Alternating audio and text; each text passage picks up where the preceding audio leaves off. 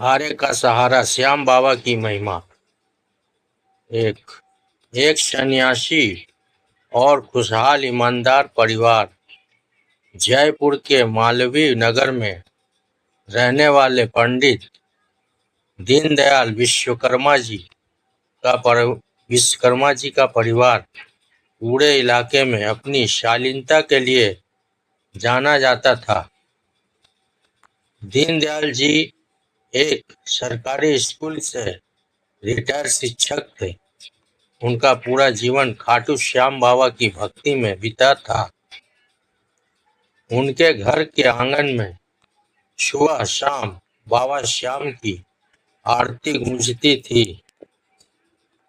परिवार में उनकी पत्नी देवकी देवी, बड़ा बेटा माधव विश्वकर्मा, बहू अंजलि सिंह और एक छोटा बेटा राघव था। माधव शांत और धार्मिक स्वभाव का था, जो अपने पिता के साथ बाबा के भजनों में लीन रहता था।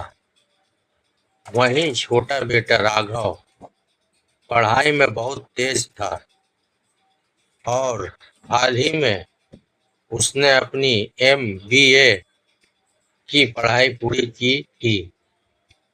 दो वैचारिक मतभेद और अहंकार की शुरुआत राघव को शहर की एक बहुत बड़ी मल्टीनेशनल कंपनी में ऊंचे पद पर नौकरी मिल गई।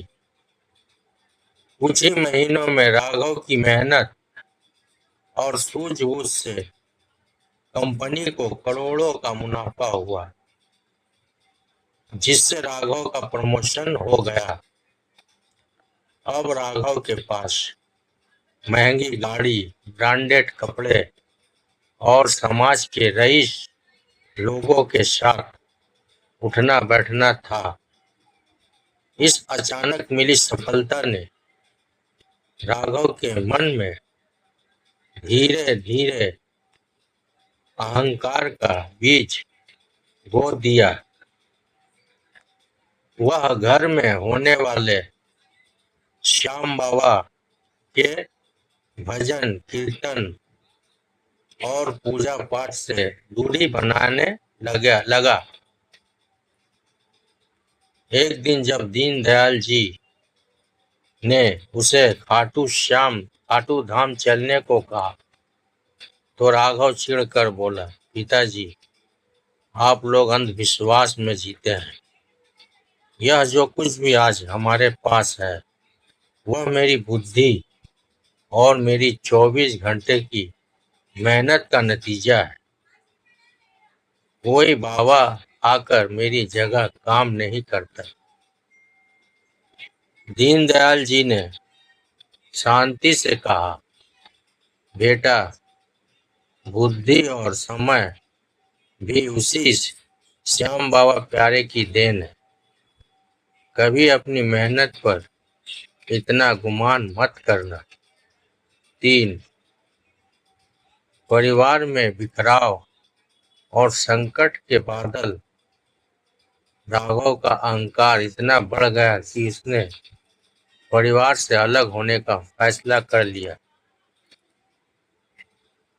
वह माता पिता और भाई भाभी को छोड़कर शहर के एक पॉश इलाके में अकेले फ्लैट लेकर रहने लगा। उसने अपने पैसों को शेयर मार्केट और एक नए बड़े बिजनेस स्टार्टअप में लगा दिया।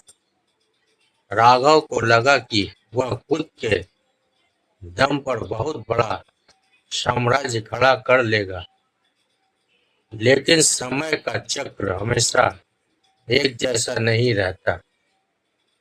साल 2026 की शुरुआत में जिस ग्लोबल कंपनी में राघव काम करता था, वह अचानक दिवालिया हो गई। राघव की नौकरी रातों रात चली गई। इतना ही नहीं, जिस स्टार्टअप में उसने अपनी जिंदगी की सारी जमा पूंजी और लोन लेकर पैसे लगाए थे। उसका पार्टनर सारे पैसे लेकर विदेश भाग गया। राघव पर करोड़ों का कर्ज हो गया। बैंक बैंक ने उसके फ्लैट और गाड़ी को सील करने का नोटिस भेज दिया। जो दोस्त कल तक राघव के आगे पीछे घूमते थे, उन्होंने फोन उठाना बंद कर दिया। 4 अवसाद और अपनों का साथ राघव पूरी तरह टूट चुका था। वह गहरी निराशा डिप्रेशन में चला गया और उसके मन में आत्मघाती विचार आने लगे। जब दीनदयाल जी और माधव को राघव की इस हालत का पता चला तो वे बिना एक पल गंवाए उसके फ्लैट पर पहुंचे। राघव को बदहाल स्थिति में देखकर पिता ने उसे गले से लगा लिया। राघव रोते हुए बोला, पिताजी, मैं बर्बाद हो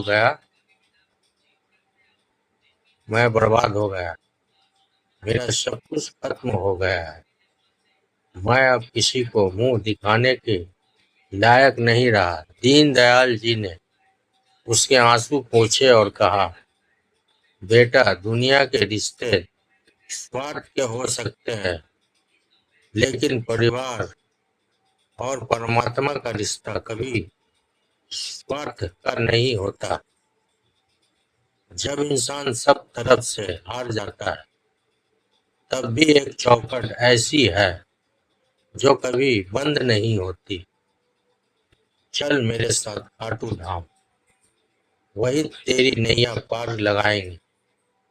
5 खाटू धाम का चमत्कार और नया जीवन।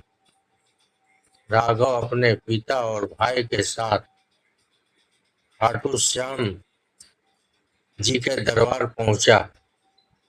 जैसे ही उसने सिंह द्वार से प्रवेश किया, भजनों की गूंज और जय श्री राम, जय श्री श्याम के जयकारों से उसका अशांत मन थोड़ा स्थिर हुआ। जब वह मुख्य गर्भगृह के सामने खड़ा हुआ और बाबा श्याम के दिव्य शिष्य के दर्शन किए, तो राघव के आंसू रुक नहीं रहे थे। उसका सारा अहंकार पानी बनकर बह गया। उसने आंखें बंद की और अपनी भूल की माफी मांगी। उसने कहा, बाबा, मुझे धन दौलत नहीं चाहिए। मुझे बस शांति और अपनों का साथ दे दो। आटू से लौटते समय ही राघव के फोन पर एक ईमेल आया।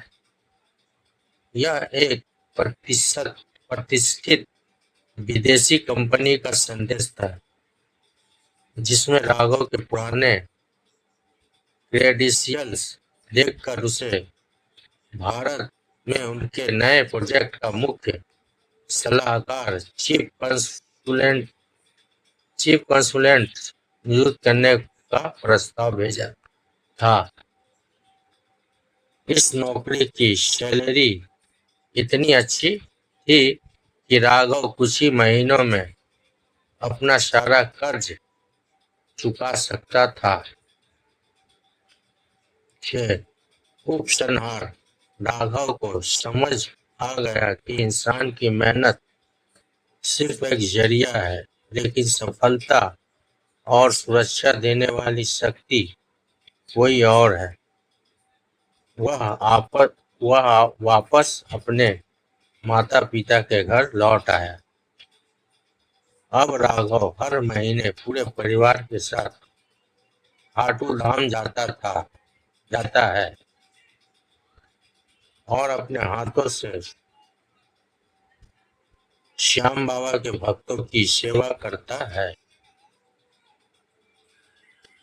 राघव का परिवार अब पहले से भी ज्यादा एकजुट और सुखी है। जय श्याम बाबा। खाटू वाले श्याम बाबा की जय।